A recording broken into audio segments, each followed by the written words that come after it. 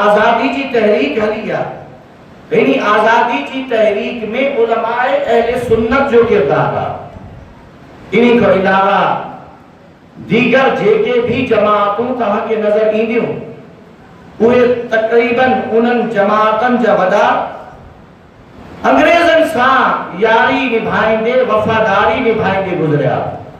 ऐं अल्हम्दुलिल्लाह असांजी तारीख़ स्याह नाहे बल्कि असांजी तारीख़ रोशन आहे। इन्ही करे कि आज़ादी जी जेमल तारीख़ पढ़ंदाऊं त अल्हम्दुलिल्लाह असांखे 1857 में जेका आज़ादी जी तारीख़ ॿुधाई रही आहे उन्ही में अल्लामा फज़ल हक खैराबादी नज़र अची रहियो आहे।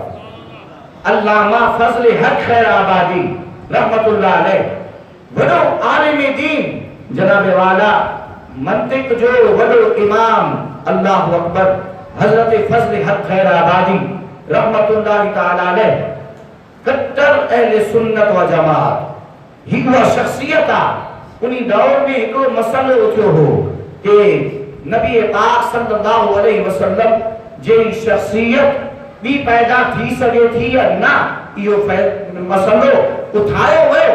मां तव्हांखे पहिरों बि अर्ज़ कई न कि अंग्रेज़नि असांजे दीन के टुकड़े टुकड़े करण जे वास्ते हर तरह जा कम कराया ऐं उन्हनि किताबूं लिखायूं। अल्लाहु अकबर, उन्हनि किताबनि जे अंदर लिखियो पियो आहे, उहे किताबूं अॼु बि मौजूद आहिनि कि मोहम्मद जहिड़ो अल्लाह चाहे त पैदा करे सघे थो पियो।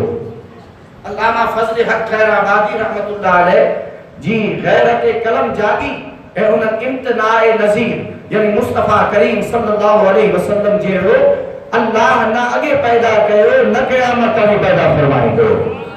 कलम खयो ऐं इन मसले के वाज़ेह फरमायो। चुनांचे अहिड़ा गैरतमंद उलमा सुन्नी उलमा कि मुस्तफ़ा करीम अलैहिस्सलाम जी मिसाल अल्लाह पाक न आगे बढ़ाई या न अॻिते बढ़ाईंदो। इम्तिनाए नज़ीर ते उन्हनि जी किताब